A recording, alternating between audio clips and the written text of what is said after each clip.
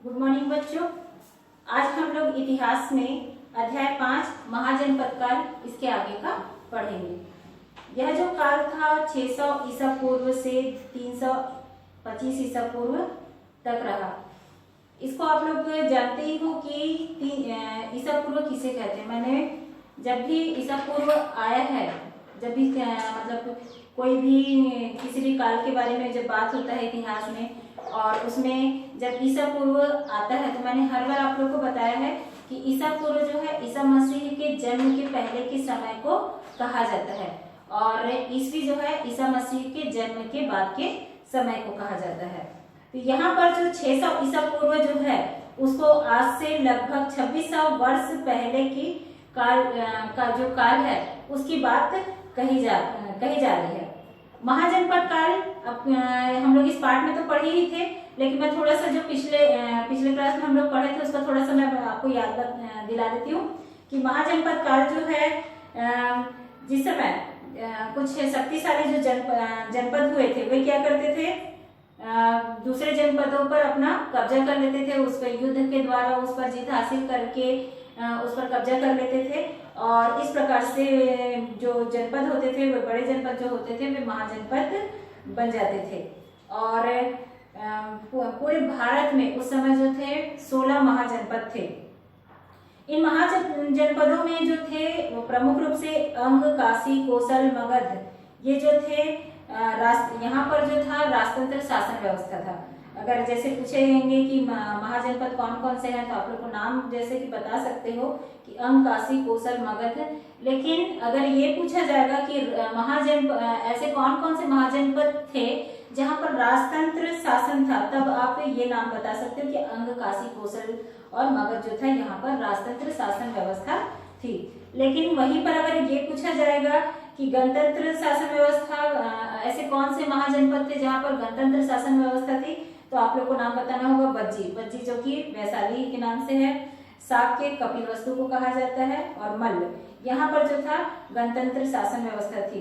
अब राजतंत्र शासन व्यवस्था क्या है, गणतंत्र शासन व्यवस्था है, इसको याद ही होगा आप लोग को कि जहाँ पर राजा का शासन होता था, है ना, जहाँ पर क्या होता था, राजा का शासन होता था और राजा का जो पुत्र होता था, यानी कि ये जो पद है वो वंशानुगत होता था, पिता के बाद में पुत्र जो है उसका वारिस होता था, उसको हम लोग राजतंत्र शासन व्यवस्था कहते हैं। और गणतंत्र शासन व्यवस्था में क्या होता है कि प्रजा के द्वारा जो भी चुना जाता था। तो यहाँ पर लेकिन अलग है थोड़ा सा कि जो गणतंत्र शासन व्यवस्था थी यहाँ पर क्या होता था कि एक ही वंश के जो पुरुष होते थे उनकी छोटी सी सभा होती थी और उस सभा में सदस्यों के द्वारा कुछ समय के लिए किसी एक व्यक्ति को जो है राजा चुन लिया जाता था और उसका यह पद जो होता था वो वंशानुगत नहीं होता था। इसी को ही बोलते हैं गणतंत्र शासन व्यवस्था। और इन गणतंत्र शासन, ये जो गणतंत्र शासन था यानी कि गणतंत्र राज्यों का जो अंत है मगध जैसे शक्तिशाली राज्यों के साम्राज्य विस्तार नीति के कारण हुआ। राजतंत्र था यानी कि समाज जो था दो वर्गों में बटा था, एक तो था राजतंत्र और दूसरा था गणतंत्र। अब गणतंत्र में यहाँ पर जो इन राज्यों का अंत जो है मगध जैसा जो शक्तिशाली राज्य था उसी के कारण से हुआ। फिर उसके बाद में मगध राज्य के कारण से हुआ, तो मगध साम्राज्य का उदय कैसे हुआ। महाजनपद काल जो था वो 544 ईसा पूर्व से 323 ईसा पूर्व तक रहा। जिस समय मगध का जब साम्राज्य उदय हुआ वहां पर ये महाजनपद काल इतने समय था। और ये जो महाजनपद था ये जो गंगा नदी की जो घाटी थी वहां पर जो कौशल था, वत्स था और मगध था, ये जो महाजनपद थे यहीं पर शक्तिशाली राज्य थे। यहाँ की जो भूमि थी यानी कि मगध की जो भूमि थी बहुत उपजाऊ थी और उपजाऊ होने के कारण से क्या होगा, कोई भी भूमि उपजाऊ रहती है तो वहां पर फसल जो है अत्यधिक मात्रा में उत्पन्न होती है। तो यहाँ भी वैसे होता था। और साथ में मगध का जो दक्षिण का जो क्षेत्र था वहां पर लोहा जो है प्रचुर मात्रा में मिलता था और लोहे से जो है औजार और हथियार बनाए जाते थे। औजारों के द्वारा जो है जो भी जैसे कि युद्ध में औजार का उपयोग किया जा खेती का कार्य जैसे किया जा रहा है तो उसमें औजारों का प्रयोग किया जा रहा है और हथियारों का जो उपयोग है वो अपना बचाव के लिए, युद्ध के लिए उसका प्रयोग किया जा रहा है। इससे क्या होता है कि उस राज्य की जो है शक्ति बढ़ जाती है। तो वैसे ही यहाँ पर मगध साम्राज्य जो है इसी के कारण से शक्तिशाली हो गया था। और मगध साम्राज्य का जो यानी कि मगध का जो राजा था बिंबिसार, ये पहला राजा था और बिंबिसार की शासन व्यवस्था जो थी वो जो है राजगृह में, जैसे उसकी शासन मतलब कि बिंबिसार जो था वो बहुत योग्य शासक था। लेकिन इसका जो पुत्र था अजातशत्रु, वो क्या करता है, अपने पिता की हत्या कर देता है और उसके बाद में खुद जो है राजा बन जाता है। उसके बाद में ये जो अजातशत्रु था उसने क्या किया, अपने पिता की जो नीति थी, साम्राज्य विस्तार वाली नीति थी, तो उसने वही नीति को अपनाया और मगध का विस्तार किया। और उसके बाद में जैसे कि अजातशत्रु के बाद में मगध जो राज्य था वहां पर कई और राजा हुए जिन्होंने मगध राज्य का विस्तार किया। उसके बाद जैसे कि राजा आते गए, इनके बाद में अजातशत्रु के बाद में भी मगध साम्राज्य विस्तार करने वाले कई राजा हुए, लेकिन उसके बाद में आता है नंद वंश।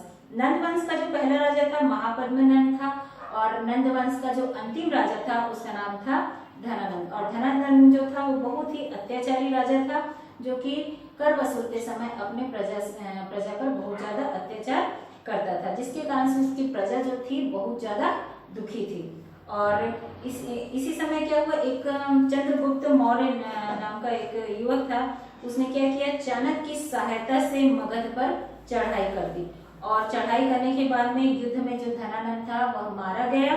इस प्रकार से मगध में मौर्य वंश की शुरुआत जो है हुई। अब यहाँ पर क्रम से आप लोग को समझ आ गया होगा, इतना हम लोग पढ़े थे। अब हम लोग आगे का पढ़ेंगे। महाजनपदों में जनजीवन, महाजनपदों का जनजीवन कैसा था, महाजनपद किसे कहते हैं, महाजनपद जो था किस प्रकार की वहाँ की शासन व्यवस्था थी, महाजनपद क्या राजतंत्र शासन क्या था, गणतंत्र शासन क्या था, कहाँ कहाँ पर राजतंत्र शासन व्यवस्था थी, कहाँ कहाँ पर गणतंत्र शासन व्यवस्था थी, ये सारी चीजें हम लोग पढ़ चुके हैं। अब हम लोग देखेंगे महाजनपदों में जनजीवन कैसा था। जनजीवन यानी कि लोगों का जीवन कैसा था, उनका खान पान रहन सहन किस प्रकार का था, वो किस प्रकार के व्यवसाय करते थे, बहुत सारी बातें जो है इस टॉपिक के अंतर्गत हम लोग जानेंगे।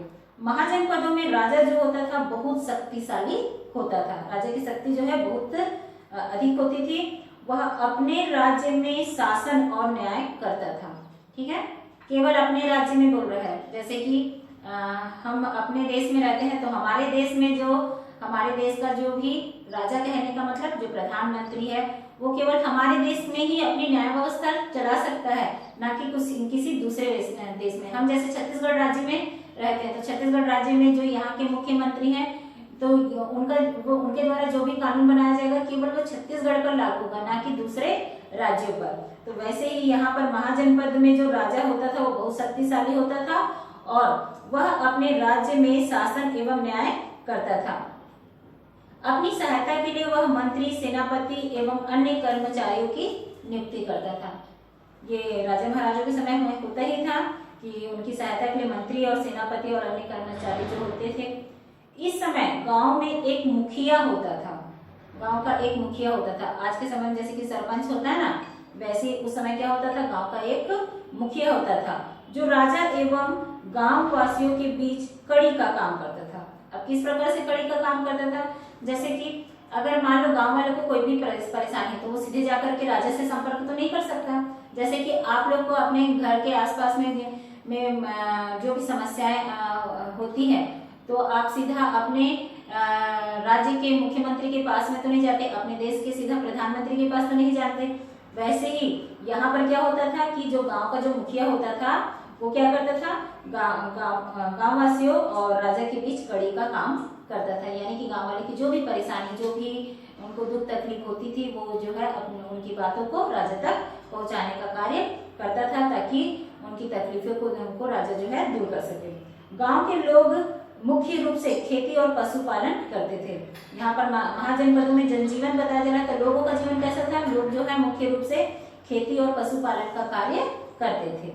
जिन गांवों में उद्योग धंधे जैसे शिल्पकारी, कारीगरी, धातु कर्म, बढ़ईगिरी एवं व्यापारी अधिक हुए, वे गांव धीरे धीरे नगरों का रूप लेने लगे। कैसे नगरों का रूप लेने लगे, जैसे कि शिल्पकारी है, शिल्पकारी क्या है, पत्थर को तराश करके जो बनाया जाता है, जो भी सजावटी मूर्तियां बनाई जा रही हैं, है ना, वो शिल्पकार हुआ। कारीगर में कई चीजें आ सकती हैं, जैसे कि आप कारीगर बोलोगे तो वो लोहे का चीज बनाने वाला भी हो सकता है, लकड़ी का भी बनाने वाला हो सकता है, मिट्टी का भी हो सकता है, या फिर और अन्य कोई इमारत बनाने वाला भी कारीगर हो सकता है। धातु कर्म यानी कि जैसे कि सोनार है, सोनार या सोना जो है धातु है, तो उसके द्वारा जो भी आभूषण बनाए जाते हैं तो वो धातु कर्म के अंतर्गत आया। इसके अलावा और भी ऐसे बहुत सारी चीजें हैं जो जिनके द्वारा बहुत सारी वस्तुएं जो है धातु के अंतर्गत आती हैं और उनसे कुछ हमारे आवश्यक की चीजें बनाई जाती हैं। बढ़ई जानते ही हो, लकड़ी से जो भी फर्नीचर का काम मतलब बनाया जाता है, लकड़ी से जो भी फर्नीचर बनाए जाते हैं वो बढ़ई का कार्य कहलाता है, यानी कि उसको बढ़ई कहते हैं। तो बढ़ईगिरी एवं व्यापारी अधिक हुए, यानी कि ये सारे जो काम करने वाले जो लोग थे, इनका काम करने के कारण से क्या हुआ, लोग जो है वैभव के लिए क्या करते हैं, अपने घर को सजाने के लिए क्या करते हैं, इन सब वस्तुओं का उपयोग करते हैं। तो इन सब वस्तुओं का अगर उपयोग करेंगे तो उसके लिए क्या होगा कि इनके पास से सामान खरीदेंगे और उनको अधिक कीमत भी देनी पड़ेगी। इससे क्या होगा, इनकी आय बढ़ेगी, ये व्यापारी है उनकी आय बढ़ेगी, और उससे क्या होगा कि धीरे धीरे मतलब संपन्न होते जाएंगे, तो उनकी आर्थिक स्थिति में बहुत सुधार होगा। इसी प्रकार से जो गांव थे, गांव में इस प्रकार का जो व्यवसाय होता था वो क्या हो गया, धीरे धीरे नगरों का रूप लेने लगा। चंपा, वैशाली, राजगृह आज के समय में बिहार को कहते हैं ना, ये महानगर कहलाते थे।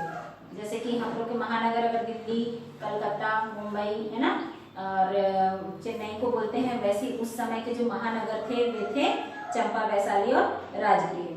ये महानगर कहलाते थे। इन महानगरों की खुदाई से पता चलता है कि यहाँ मकान लकड़ी, ईंट व पत्थरों से बनते थे। अब क्या बताया जा रहा है, यहाँ पर ये जो नगरों है, क्या हुआ था कि इनकी खुदाई, जैसे कि हम लोग सिंधु घाटी की सभ्यता पढ़े थे, उसमें क्या पढ़े थे कि ये सभ्यता जो है पूरी की पूरी जो है जमीन के नीचे दब चुकी थी।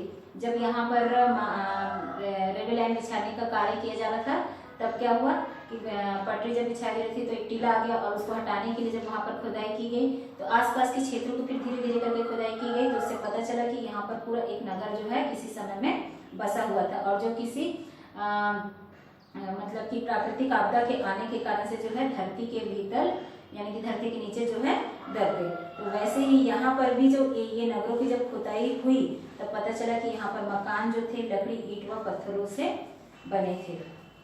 यहाँ तरह तरह की चीजें बनाने वाले कारीगर रहते थे। इन कारीगरों ने अपने अलग अलग संगठन बना लिए थे, जिसे श्रेणी कहते थे। अब कारीगर का भी श्रेणी अलग अलग होता है ना, तो वो जो है कारीगर जो है अपना अपना अलग अलग संगठन बना लिए थे, और जिसको हम लोग श्रेणी कहते हैं। ये लोग अपनी श्रेणियों में रहकर साथ साथ काम करते थे, मतलब एक जैसा कार्य करने वाले, जैसे कोई लकड़ी का वस्तु बना रहा है, कोई भी लकड़ी की सजावटी सामान बना रहा है, तो उनका कार्य एक जैसा रहता है, तो वो अपनी श्रेणी अलग बना लेता है, अपना संगठन अलग बना लेता है, और एक ही जगह में रहते हैं। अगर कोई पत्थर से को तराश करके बना रहा है तो वो जो है एक ही जगह में रह रहा है। तो इस प्रकार से लोग जो है एक ही जगह में रहने लगे थे।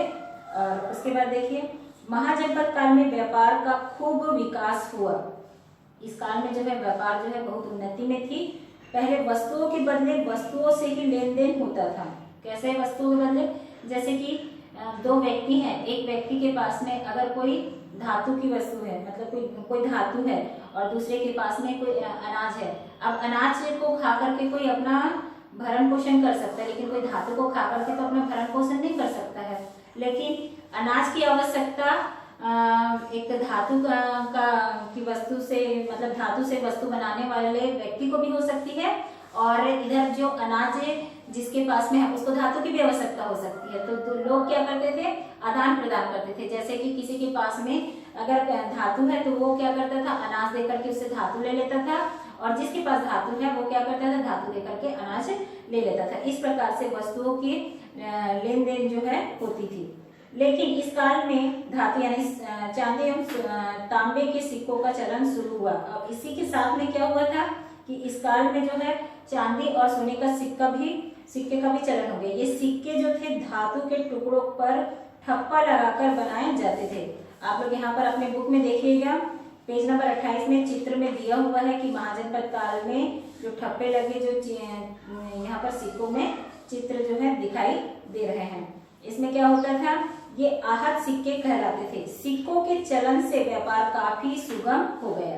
अब देखो, वस्तु का पहले क्या होता था, लेन देन हो रहा था, फिर उसके बाद में चांदी और तांबे के सिक्के बनाए गए और इसके द्वारा जो है व्यापार जो है बहुत ज्यादा व्यापार में जो है बहुत ज्यादा उन्नति होने लगी। इस समय सभी लोगों को कर देना पड़ता था।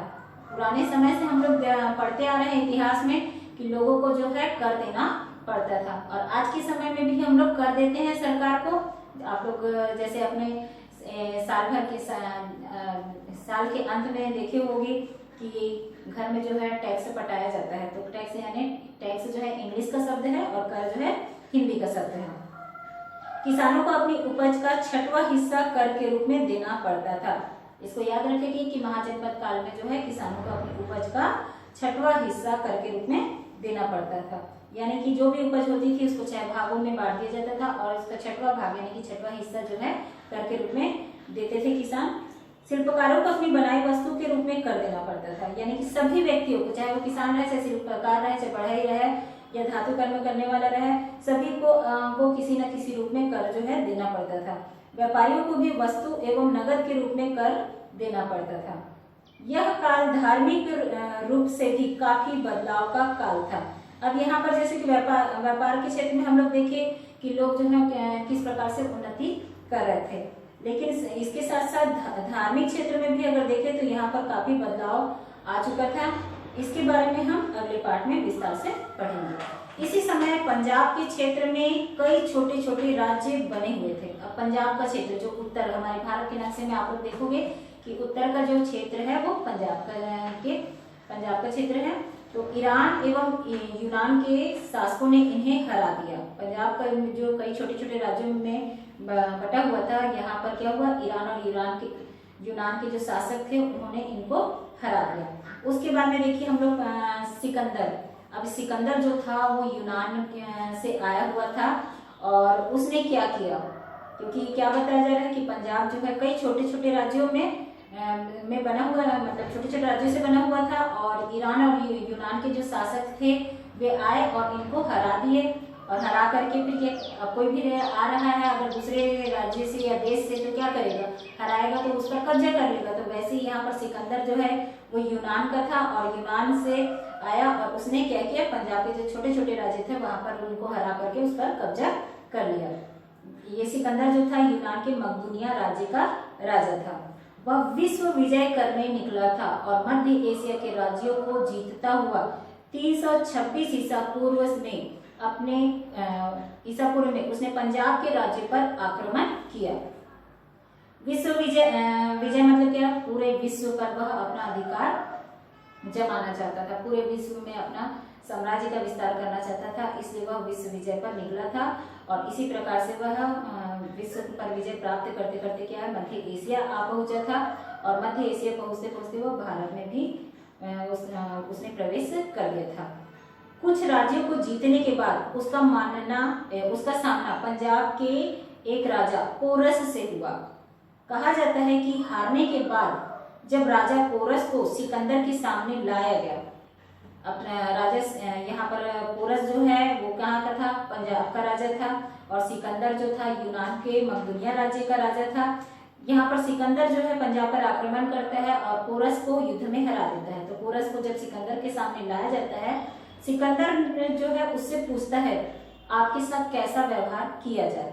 तब पोरस का क्या जवाब रहता है, तब पोरस जो है उत्तर देता है जैसे एक राजा दूसरे राजा के साथ व्यवहार करता है, एक राजा का व्यवहार जो है दूसरे राजा के साथ होता है, वैसे ही पोरस के इस जवाब से सिकंदर बहुत प्रभावित हुआ और उससे मित्रता कर ली। अब सिकंदर जो है जब मतलब पोरस जो है हार जाता है सिकंदर से और उसके सामने लाया जाता है, तो इसी प्रकार के सवाल के जवाब से वो बहुत प्रभावित होता है और प्रभावित होकर के पोरस को वह अपना मित्र बना लेता है। इस प्रकार से दोनों के बीच में मित्रता हो जाती है। इसके बाद सिकंदर और आगे मगध की ओर बढ़ना चाहता था, लेकिन उसकी सेना ने आगे बढ़ने से इनकार कर दिया। इस प्रकार सिकंदर को लौटने के लिए विवश होना पड़ा। अब यहाँ पर जब उसकी सेना ही मतलब आगे बढ़ने से, क्योंकि कोई भी राजा की शक्ति किससे होगी, उसकी सेना से होगी। सेना ही अगर उसका साथ नहीं देगा तो एक अकेला व्यक्ति तो पूरे सेना का सामना नहीं कर सकता। तो यहाँ पर सिकंदर जो है इसीलिए उसको विश्व विजय पर निकला हुआ था, लेकिन सेना के मना करने के कारण से उसको वापस लौटना पड़ता है।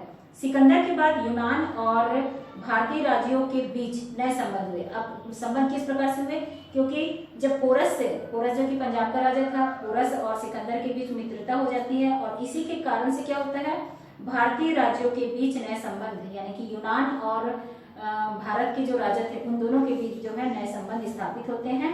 भारतीय और यूनानी समाज के बीच विचारों का आदान प्रदान शुरू हुआ। जैसे कि हम लोग एक ही मोहल्ले में रहते हैं और अलग अलग जाति धर्म के लोग वहाँ पर रहते हैं, तो हम कुछ कुछ बातें जो है उनकी सीख जाते हैं। तो वैसे ही भारत और यूनान के जो भी विचार थे, उनके समाज के बीच जो भी विचार थे उनका आदान प्रदान और साथ में व्यापारिक संबंध भी स्थापित हो गया।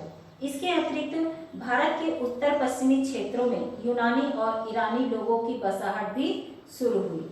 इन लोगों ने आगे चलकर भारत के इतिहास में महत्वपूर्ण भूमिका निभाई। तो इस प्रकार से यहाँ पर जो है ये पाठ जो है समाप्त होता है।